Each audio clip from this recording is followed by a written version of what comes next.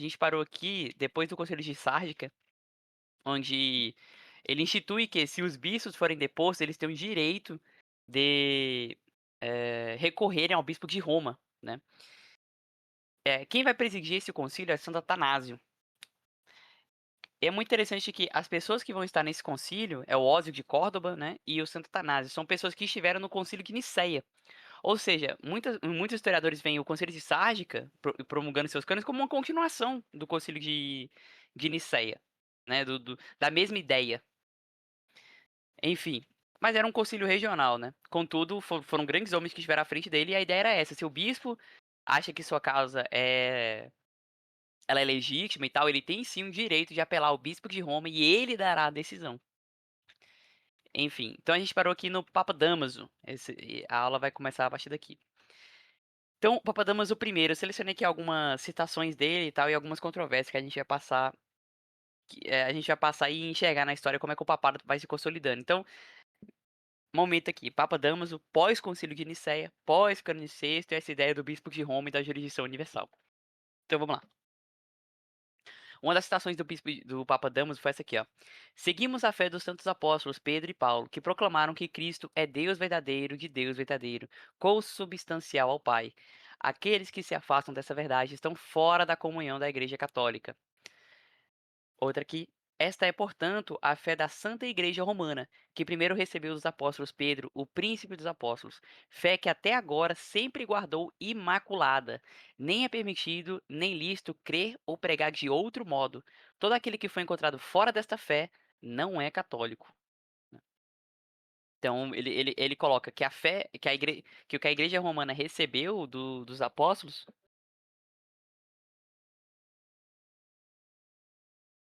Espera aí, como é que é?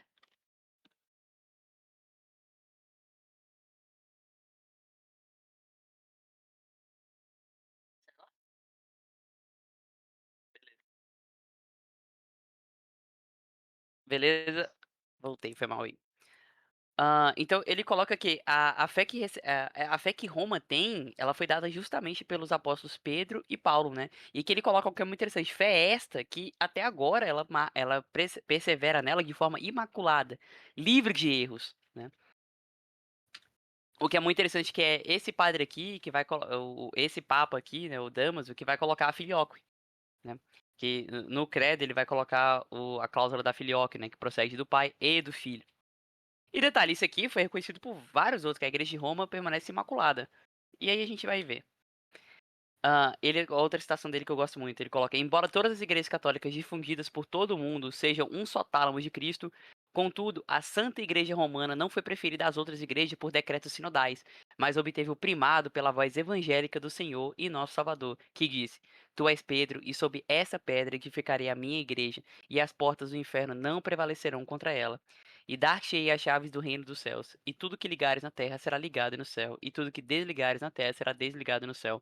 Então ele fala o seguinte: a igreja, embora as igrejas elas são difundidas por todo lugar do mundo e tal, e representando uma coisa só, é a igreja de Roma que foi preferida a estar à frente de todas as sé, e não por um decreto sinodal, mas pela voz do próprio Cristo. Ele que instituiu essa jurisdição da igreja de Roma. Junta-se também a sociedade do Beatíssimo Apóstolo Paulo, vaso de eleição, que não em tempo diverso, como as heresias tagarelam, mas no mesmo tempo, no mesmo dia, agonizando com Pedro em gloriosa morte sob César Nero na cidade de Roma. Foi coroado e consagraram igualmente a supramencionada Santa Igreja Romana a Cristo Senhor, e preferiram-na a todas as outras cidades de todo o mundo pela sua presença e venerável triunfo, né. Então ele coloca aqui a natureza especial da igreja de Roma vem por conta da, como é que eu posso dizer? Por conta da atuação de Pedro e Paulo em Roma, né. E que ele diz que isso não foi à toa, não foi coincidência. Eles preferiram estar e selecionar aquela cidade para que ela seja o farol do mundo, né. Então isso não foi sem querer, obviamente. Enfim, estou continuando. Ah, é, portanto, a primeira sede do apóstolo Pedro a igreja romana, não tendo mácula, nem ruga, nem coisa semelhante. E aqui ele coloca: a segunda sede em Alexandria foi consagrada em nome do bem-aventurado Pedro por Marcos, seu discípulo e evangelista. E o próprio Marcos, enviado ao Egito pelo apóstolo Pedro, pregou a palavra da verdade e consumou o glorioso martírio. A terceira sede, por fim, em Antioquia, é tida como honorável por ser do Beatíssimo Apóstolo Pedro, porque lá residiu antes de chegar a Roma. E lá, pela primeira vez, surgiu o nome de cristãos para a nova gente. Só eu silenciar aqui meu WhatsApp.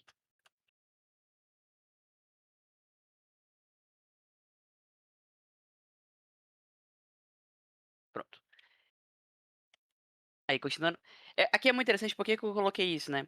Porque, em teoria, isso aqui foi no Conselho de Roma em 382. Mas, em teoria, a segunda sede é para ser Constantinopla. Contudo, por mais que o concílio, e a gente vai enxergar o concílio, né? O concílio, o segundo concílio ecumênico, que ele tenha colocado esse terceiro cânone, esse cânone não foi levado ao bispo de Roma. O bispo de Roma nunca soube desse cânone até então, pelo menos o Papa Damaso, ele coloca a segunda sede em Alexandria, né? Ou seja, para a Igreja de Roma, permanece a primeira sede, a Igreja de Roma, a segunda sede, Alexandria, a terceira sede, Antioquia, e a quarta sede, Jerusalém, né? Então, e a gente vai investigar no que isso vai dar no final das contas, né? Aqui eu peguei uma citação de São Teodoreto de Ciro, né? Ele viveu muito depois de São Damaso, né? Mas ele faz um livro chamado História Eclesiástica, né? Continuando a obra de Eusébio de Cesareia. E ele vai falar sobre o Papa Damaso, né? E aí ele coloca algo que eu achei muito interessante, que é o seguinte: o imperador romano, imediatamente deu indicações claras de sua adesão à verdadeira religião, e ofereceu os primeiros frutos do seu reino ao Senhor de todos, publicando um decreto ordenando que os pastores exilados retornassem e fossem devolvidos aos seus rebanhos, e ordenando que os edifícios sagrados fossem entregues às congregações que adotassem a comunhão com Damaso. Então isso é muito interessante. O que ele está dizendo? O imperador, se eu não me engano, é Teodósio, ele vai aderir à verdadeira religião, como agora a religião ter essa figura da religião do imperador, a religião do império, né? Mas assim, o cristianismo como a religião do império, mas qual cristianismo? O cristianismo dos católicos, o cristianismo dos macedonianos, o cristianismo dos sabelianos, o cristianismo dos gnósticos, o cristianismo dos montanistas, né? Qual cristianismo? Bom, a verdade é que já existiam várias seitas várias seitas heréticas, né? E o imperador sabia disso. Então, dizer que a religião do império é o cristianismo é muito besta, né? Mas ele coloca o quê? Que a religião do império é aquelas congregações que adotassem a comunhão com Damaso. Então, o que o imperador, para matar essa questão, viu? Uai, para eu saber quem é a verdadeira religião, é muito simples. Os que estão em comunhão com Damaso, eles estão dentro da religião o qual o império compartilha. Ou seja, ou seja, a religião católica romana, né? Isso é muito claro. Este Damaso, o sucessor de Libério, na sede de Roma, foi um homem de vida louvável e, por sua própria escolha, tanto em palavras quanto em ações, um defensor das doutrinas apostólicas. Eu tô colocando isso aqui porque é visível que São Damaso, ele era um papa reconhecido, né? E ele era filioquista, ele que coloca a cláusula da filioque. E ele é reconhecido no Ocidente, no Oriente, como um excelente papa. Então, o que eu quero mostrar até então, a cláusula da filioque não era um problema. Mesmo o pessoal conhecendo que a igreja de Roma tinha a filioque. Continuando, aqui eu peguei uma citação de Santo Ambrósio de Milão, né? A igreja romana é a cabeça de todo mundo romano. Embora todo mundo pertença a Deus, contudo, a sua casa é a igreja, cujo reitor hoje é Damaso, né? Cujo reitor é hoje Damaso. Então ele coloca aqui, por mais que realmente Deus ele está em todo mundo, ele não se restringe, a sua casa, o seu trono é a igreja. E o reitor dessa igreja é Damaso, né? Então e não só da igreja de Roma, era da igreja inteira. Enfim, ele perguntou aos bispos se eles estavam de acordo com os bispos católicos, isto é, com a igreja romana. Ou seja, Santo Ambrósio de Milão, ele coloca ser católico com estar em comunhão com Roma, né? Estar em comunhão com a igreja romana. Ser católico, do tempo propriamente dito, aqui não existia ortodoxo e cismas, pelo menos não desse tipo. O que existia eram os católicos. E ele coloca aqui que ser católico igual a estar em comunhão com a igreja de Roma. Aqui eu peguei uma citação também de Santo Epitácio de Milevo, né? Ele vai ter algumas conversas ali com os donatistas, né? E é muito interessante que numa citação que ele está fazendo contra Parmênio é um sucessor de Donato, né? Era uma heresia que eu já expliquei aqui. Quem quiser saber mais detalhes, procura lá no canal que tem lá, né. Mas enfim, em um momento é interessante que Santo Optato, ele vai comentar sobre a sucessão apostólica, que foi um tema que, Parmênio colocou lá. Parmênio colocou alguns temas, alguns eixos que demonstrariam que a igreja é uma igreja verdadeira. Entre eles, ele colocou a sucessão apostólica. E é muito interessante, por quê? Porque Donato tinha, apesar de ser herege, ele tinha uma sucessão apostólica. Porém, Santo Optato de Milevo, que era católico, também tinha sucessão apostólica. Então, Santo Optato de Milevo não foi besta. Então, ao invés dele citar a própria sucessão, o que seria meio sem valor, porque o Donato tem citado a sucessão dele, então não valeria muito a pena. Ele coloca assim, ó: precisamos examinar quem primeiro se senta na cadeira e onde. Você não pode negar que sabe que na cidade de Roma, sobre Pedro, pela primeira vez, a cadeira de bispo foi conferida, e na qual se sentou o chefe dos apóstolos, Simão, então chamado de Pedro, em cuja cadeira a unidade deveria ser preservada por todos, sobre o perigo de cada apóstolo clamar para si o trono, que enfim é a primeira das votações que Pedro logo tomou e a que Lino sucedeu. Então ele coloca o seguinte, que em vez de citarem as próprias sucessões e tal, é muito simples, é só olhar a primeira cadeira, quem se senta na cadeira e onde. Ah, e ele até coloca, você não pode negar que sabe que na cidade de Roma, sob Pedro, pela primeira vez a cadeira de bispo foi conferida. Ou seja, ele reconhece que é em Roma que se senta o chefe dos apóstolos. E essa unidade, a qual tem em Roma com o chefe dos apóstolos, deve ser preservada por todo o mundo, né? E ele vai fazer uma lista da sucessão dos bispos, né? Ele coloca, ó, segue uma lista de papas e ele coloca, depois Damaso e agora Cirício, que é hoje nosso colega, com quem o mundo todo conosco concorda pela comunicação de cartas comendatórias na Irmandade Comungada. Conte-nos a origem de seu trono, vocês que desejam clamar para vós a Igreja Sagrada. Então, aqueles que desejam clamar para si a Igreja Ortodoxa, a Igreja verdadeira, eles têm que dizer qual é a sua origem. Qual a origem de seu trono? Nós, católicos romanos, vamos dizer a origem de Pedro, né? Como o próprio Santo Optato no século IV disse a mesma coisa. Enfim, aqui eu queria comentar sobre uma carta que é uma carta de São Jerônimo, que ela é muito bonita, então eu coloquei ela quase que inteira aqui, né? E aí eu vou comentando a carta e vou explicando o que que tá acontecendo, né? O que que tá se passando ali. E ele coloca o seguinte, ó: visto que o Oriente, estilhaçado pelas discórdias de longa data que subsistem entre seus povos, está aos poucos a rasgar em pedaços a túnica inconsútil do Senhor, tecida de alto a baixo. Visto que as raposas estão a destruir a vinha de Cristo, e visto que entre as cisternas rotas que não retêm água, é difícil descobrir a fonte selada e o jardim fechado. Considero meu dever consultar a carta de Pedro e voltar-me para uma igreja cuja fé foi louvada por Paulo. Apelo à igreja. Isso aqui é muito interessante que ele coloca, né, Romanos 1,8, que é o seguinte. Esse trecho de Romanos 1,8, escrito por São Paulo, ele diz o seguinte, né? Que ele está alegre, porque a fé de Roma é proclamada no mundo todo. E é muito interessante, tem duas formas de entender esse texto, né? Que é o seguinte, a fé que tem no mundo todo também está em Roma, por isso São Paulo está feliz, né? A fé do mundo todo também tá proclamada em Roma, e por isso ele está feliz. Ou a fé de Roma é proclamada no mundo todo, por isso ele está feliz. O que é muito interessante, porque muitos santos padres vão citar dessa forma. Ou seja, reconhecendo que São Paulo está feliz porque a fé dos romanos é espalhada no mundo todo, entende? E não que a fé do mundo todo está também em Roma. Isso é muito interessante. Enfim, e aqui ele coloca: apelo à igreja de onde recebi a veste de Cristo por alimento espiritual. A vasta extensão de mar e terra que se interpõe entre nós não me pôde impedir de procurar a pérola de grande valor. Onde estiver o corpo, aí se reunirão as águias. Filhos maus dissiparam a sua herança, só vós manteis a vossa herança intacta, o solo fértil de Roma. Quando recebe a semente pura do Senhor, dá fruto a 100 por 1. Mas aqui o grão é sufocado nos sulcos e nada cresce, exceto o joio ou aveia. No ocidente, o sol da justiça está agora a nascer. No Oriente, Lúcifer, que caiu do céu, ergue novamente o seu trono acima das estrelas. Vós sois a luz do mundo, sois o sal da terra, sois vaso de ouro e de prata. Aqui há vasos de madeira ou de barro, que esperam pelo cetro de ferro e pelo fogo eterno. Então ele está colocando um paralelo, né? Enquanto em Roma é a luz do mundo, o farol das nações, o sol da justiça, né? O Ocidente, o Oriente encontra-se dividido, machucado.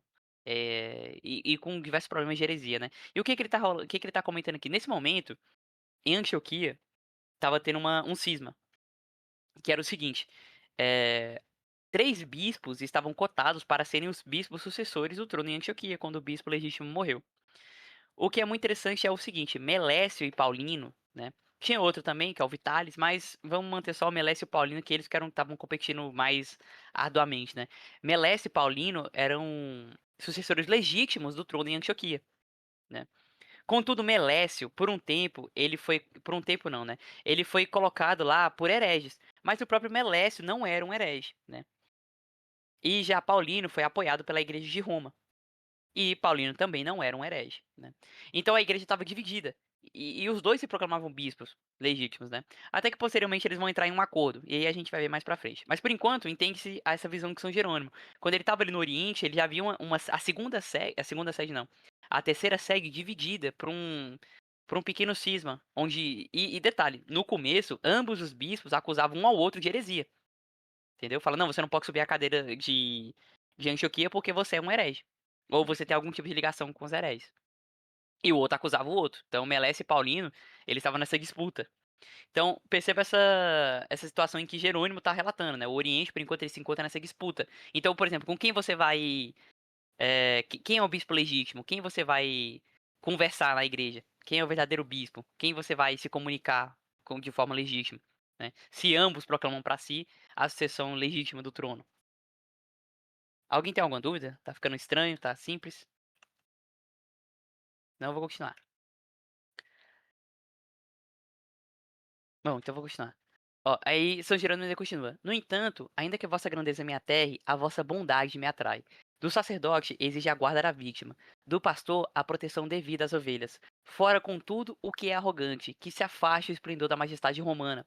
As minhas palavras são dirigidas ao sucessor do pescador, ao discípulo da cruz. Assim como não sigo outro líder senão Cristo, também não comungo com ninguém excepto com a vossa beatitude, isto é, com a cátedra de Pedro, pois esta, sei eu, é a rocha sobre qual a igreja está edificada. Esta é a casa onde só se pode comer devidamente o cordeiro pascual. Esta é a arca de Noé, e aquele que não for nela encontrado perecerá quando o dilúvio prevalecer. Mas visto que, devido aos meus pecados, me retirei para este deserto que se situa entre a Síria e a inculta solidão, não posso, devido à grande distância que nos separa, perder sempre a vossa santidade, a coisa santa do Senhor. Consequentemente, sigo aqui os confessores egípcios que partilham a vossa fé, e ancoro o meu frágil barco à sombra da sua grande argosia.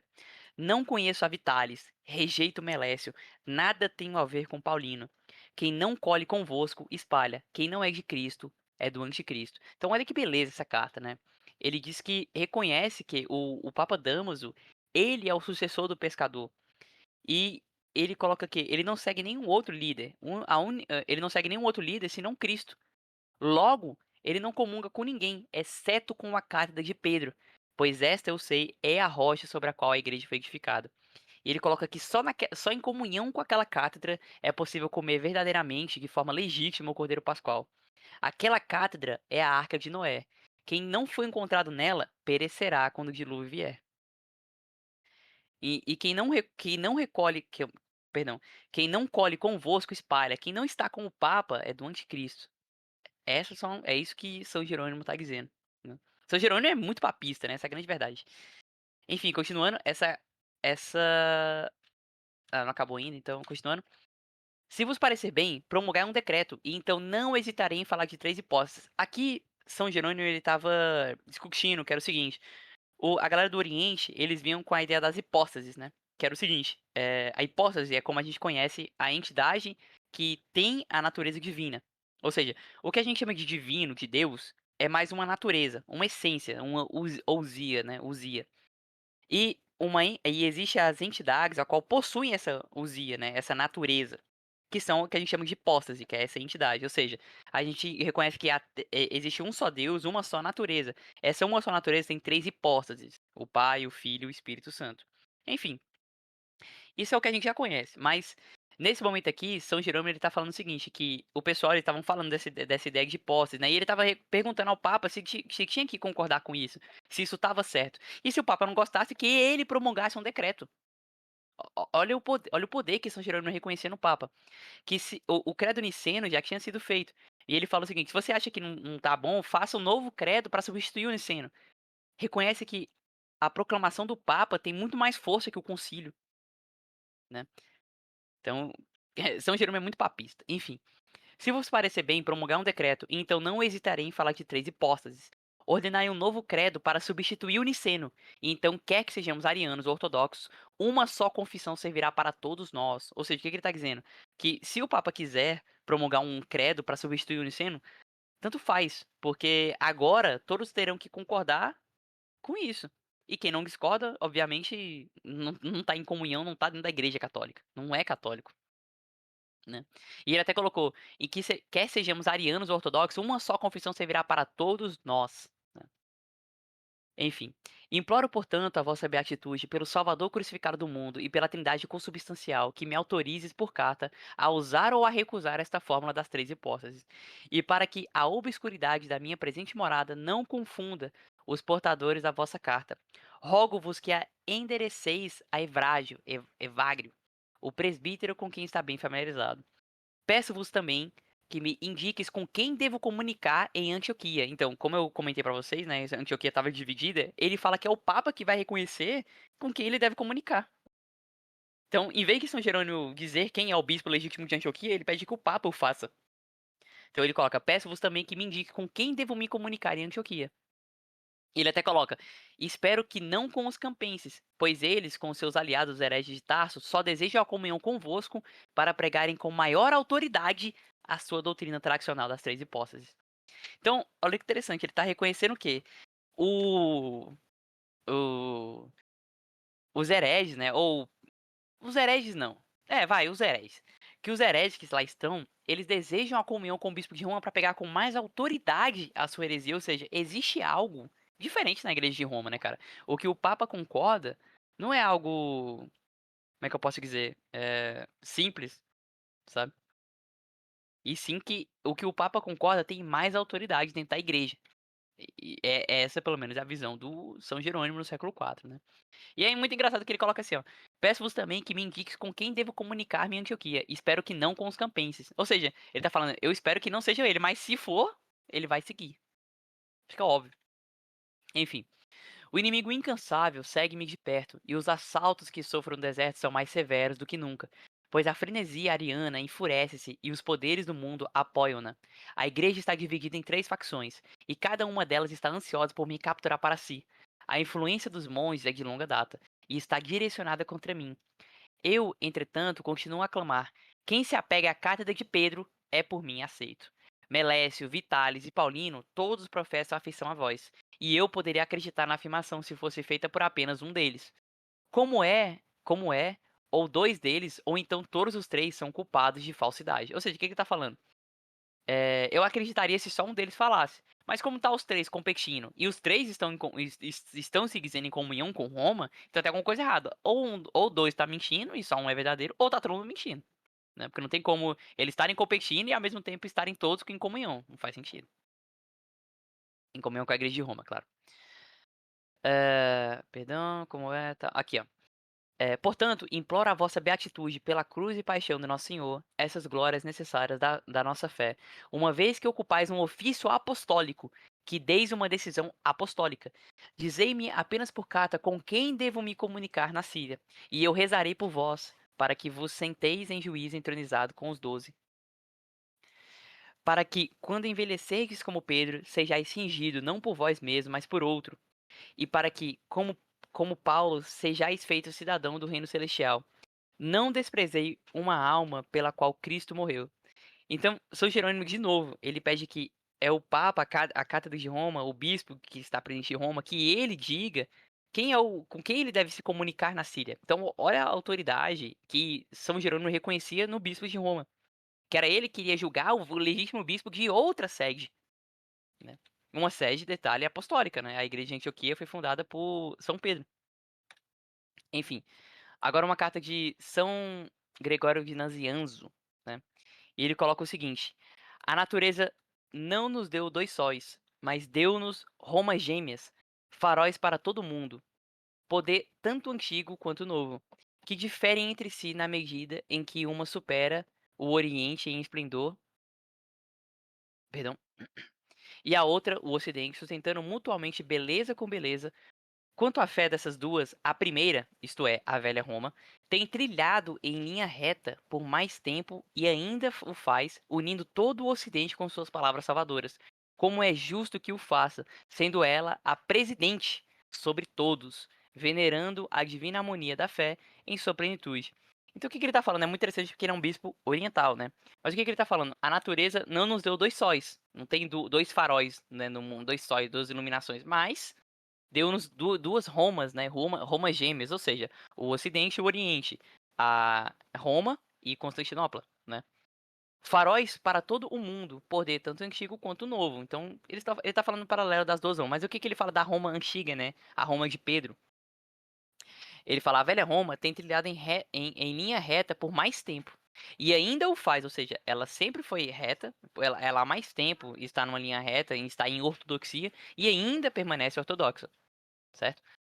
Sendo ela, e ele coloca, sendo ela presidente sobre todos, ou seja, ele reconhece que a igreja de Roma está presidente, liderando, está à frente de todas as outras igrejas, até mesmo daquela segunda Roma. Enfim, continuando. Aqui é do São Melécio, né? São Melécio que é aquele cara que eu comentei que tava. Não é em cisma a palavra correta, mas estava em disputa, né, com Paulino, e aí tava essa parada da igreja de Antioquia, né? Quem era o verdadeiro sucessor da igreja de Antioquia. Enfim. E aqui eu coloquei uma citação que é muito interessante.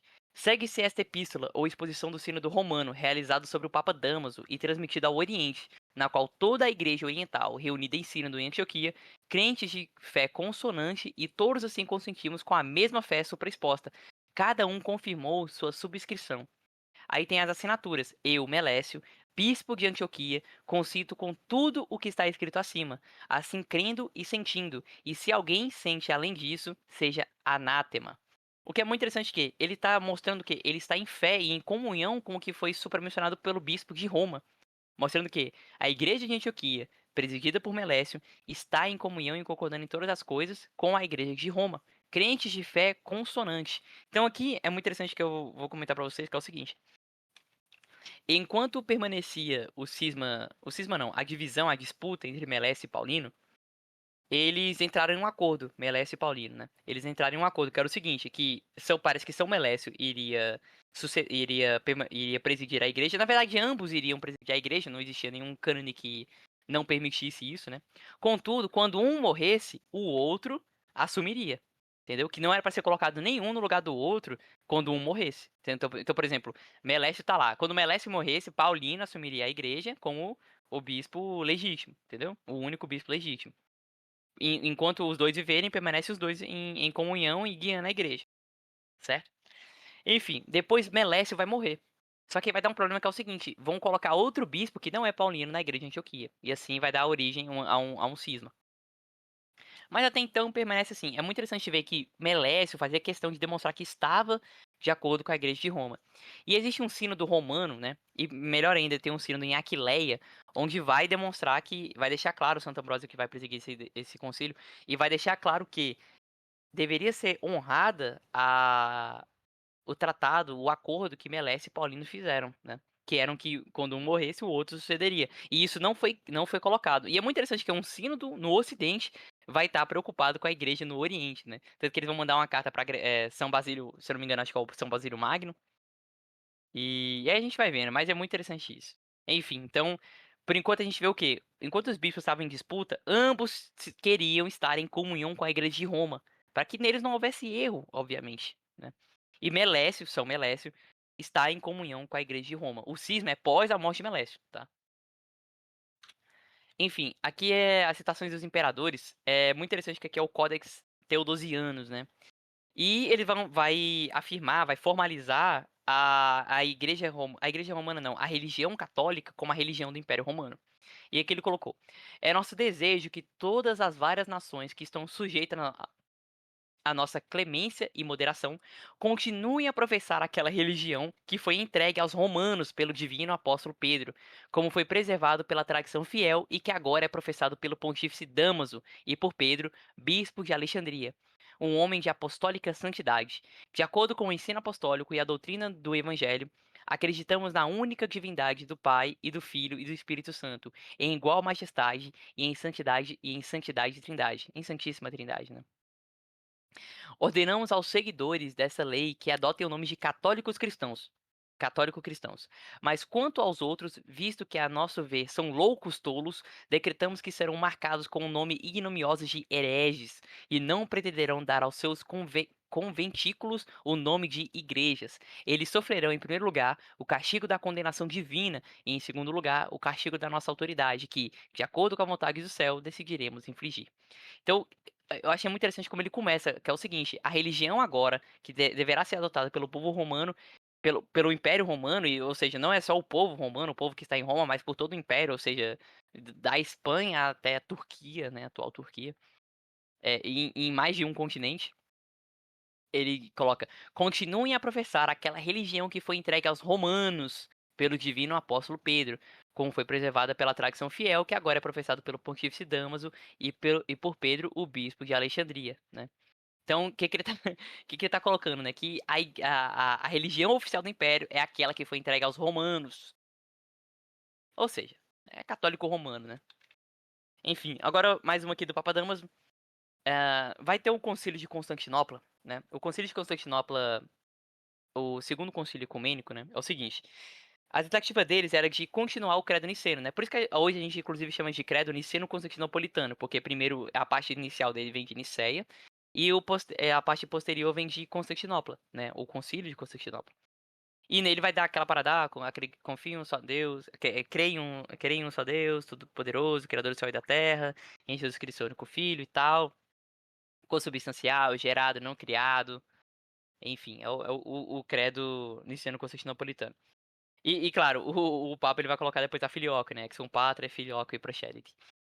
Enfim, mas o cânon 3 do Concílio de Constantinopla, ele coloca o seguinte, ó. Este cânon não, perdão.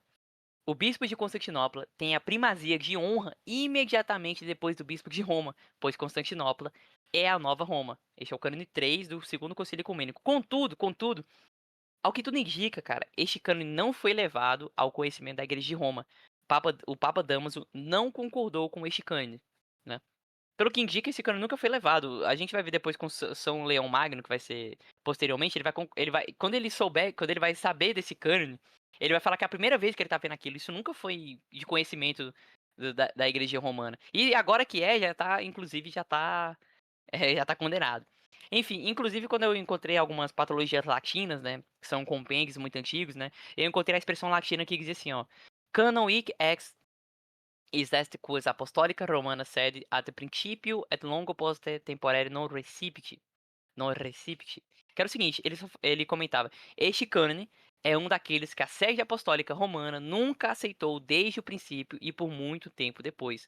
Ou seja, o cânone terceiro do Concílio de Constantinopla, que dizia que Constantinopla teria a segunda sede, a segunda em honra, depois do bispo de Roma, porque Constantinopla é a nova Roma, este cânone estava negado pela autoridade apostólica do Beatíssimo Pedro, né? Então, é muito interessante. E é por isso que a gente vai ver depois as disputas entre Constantinopla e Roma.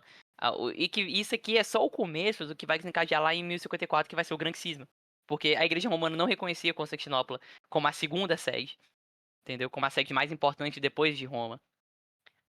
E Constantinopla agia como se fosse. Então, vai dar briga, não tem jeito, não tem como. Enfim, continuando. Algumas citações de Santo Agostinho. Na Igreja Romana, a autoridade governante da Sé Apostólica sempre se manteve firme. Na Igreja Romana, sempre esteve vigente o principado da Cátedra Apostólica.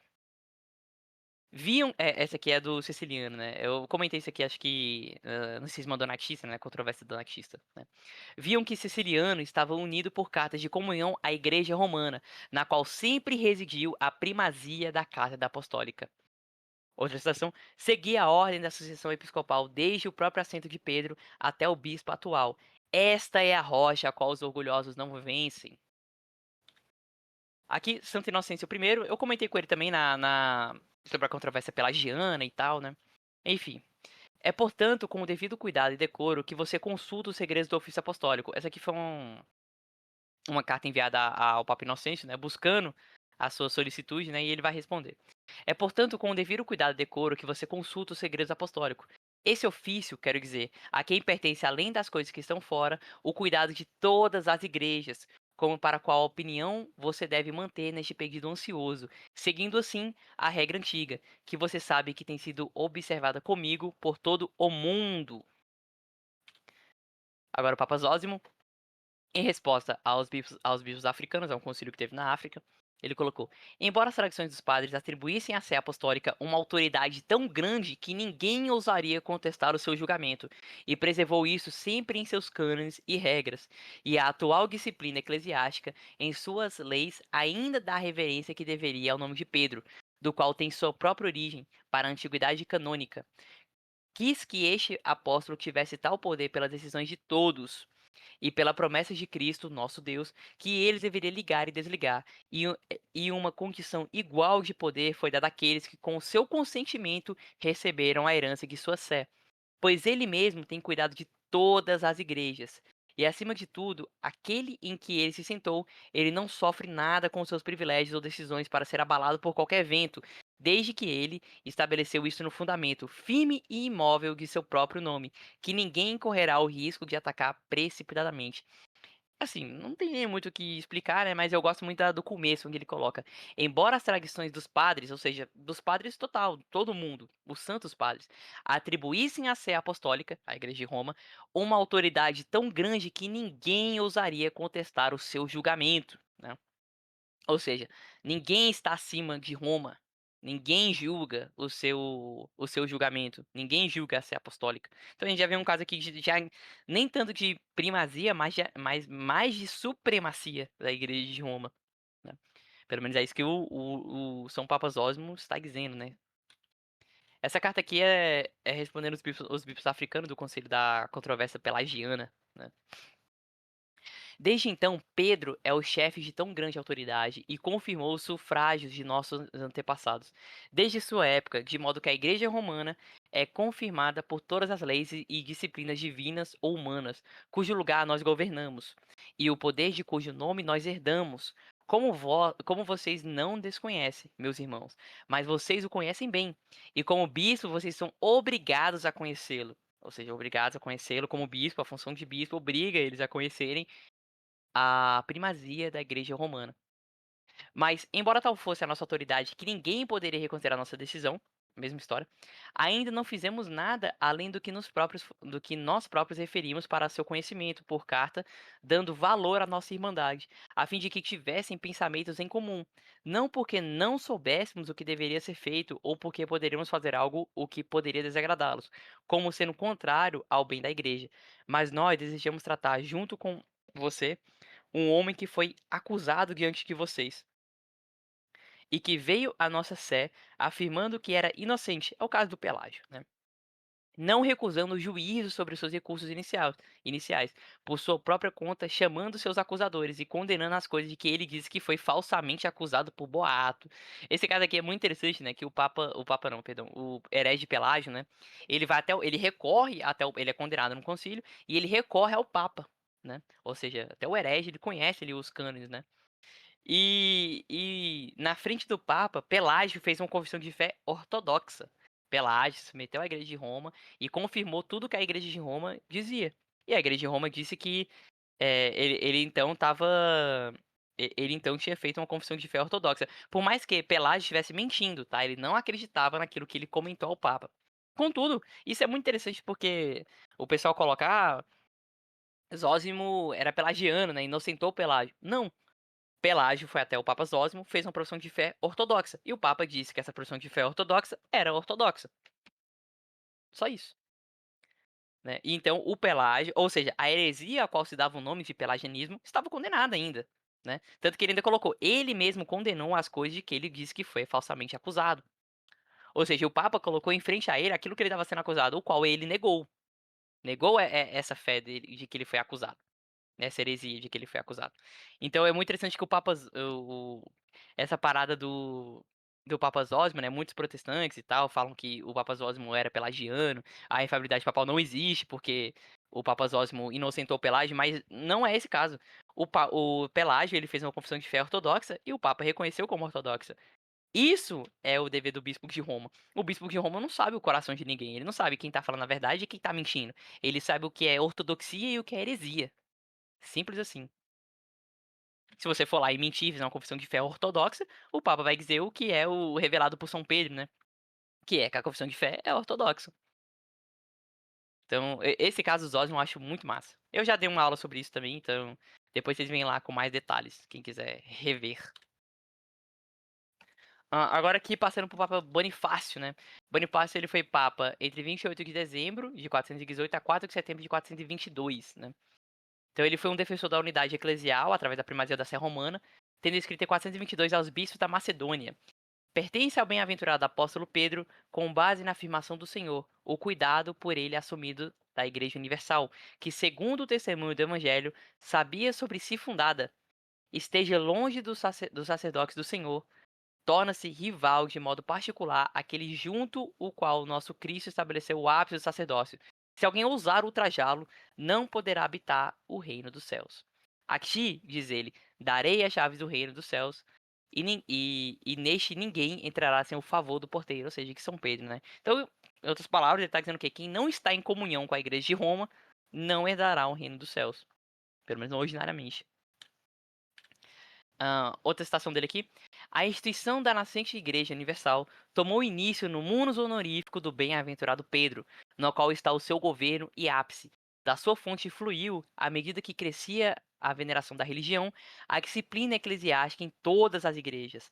As disposições do Concílio de Nicéia não testemunham outra coisa, a tal ponto que não ousou definir nada sobre ele, vendo que era impossível propor algo acima de seu mérito, pois sabia, afinal, que tudo lhe era concedido, exceto que essa igreja romana é, para as igrejas espalhadas pelo orbe inteiro, como a cabeça de seus membros. Quem dela se desliga, seja banido da religião cristã, já que deixou de estar inserido nela. Quem se desliga da religião, perdão, quem se desliga da comunhão com o Beatíssimo Pedro está fora da igreja, está fora da comunhão católica, está fora da santíssima religião fundada por Cristo. Aqui uma estação de São Próspero. Eu gostei dessa aqui. Ela é também da controvérsia lá pelagiana, né? Mas aqui ela seria aquela continuidade, né? Mas ele coloca assim, ó. Que o que Deus tem trabalhado em Inocêncio, Zósimo, Bonifácio, Celestino, é que ele tá citando esse papo porque foram eles que trabalharam muito para a condenação da heresia pelagiana, né? E semi-pelagiana também. Que o que Deus tem trabalhado em Inocêncio, Zósimo, Bonifácio e Celestino, ele trabalha também em Sisto, o atual Papa, que possui a tutela do rebanho do Senhor e está reservado a este pastor a glória especial de expulsar lobos escondidos, como eles fizeram ao descobertos. É muito interessante que ele fala que os papas, eles vão expulsar os lobos escondidos dentro da igreja. O que é, tipo assim, o que o Concílio Vaticano II, perdão, o que o Concílio Vaticano I reconhece, que é o quê? O Papa, ele entende perfeitamente, reconhece, sanciona ou veta a ortodoxia e a heresia. É o que o Papa entende. E dessa autoridade não há como recorrer. Continuando, aqui agora, cara, é a controvérsia nestoriana.